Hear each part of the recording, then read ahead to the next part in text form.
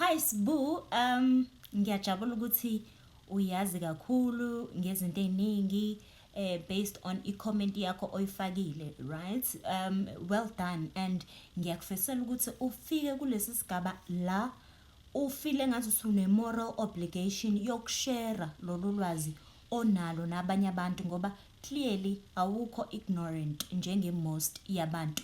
So kubalulekile ukuthi elwazini lo lesocoshayo mina kungithathe 8 months ukuthi ngifike esigabeni la ngikwazi ukuthi ngishare le information.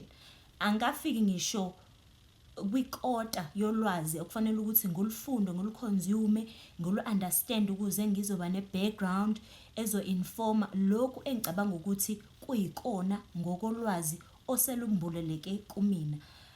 Lokho kungithathe 8 months after ngishiye umsebenzi, which means mangivuka ekseni umsebenzi wami ukuphanda ngenze ucwaningo ngalokho intuition yami engitshela ukuthi angikwenze ngaleso sikhathi. So ila engikhona ke umenshina ukuthi kunama Satanist church eThekwini nase Cape Town.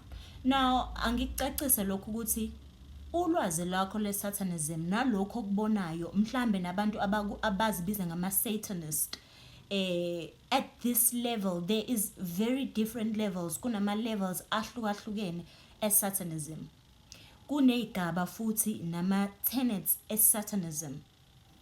Njengoba ubona laphaya sikafiki kodwa laphaya ngisazofika ngoba sekujule kakhulu kulesa sihloko. So kubalulekile ukuthi uqonde ukuthi kuhlukahlukene zonke lezi zinto zihlukahlukene.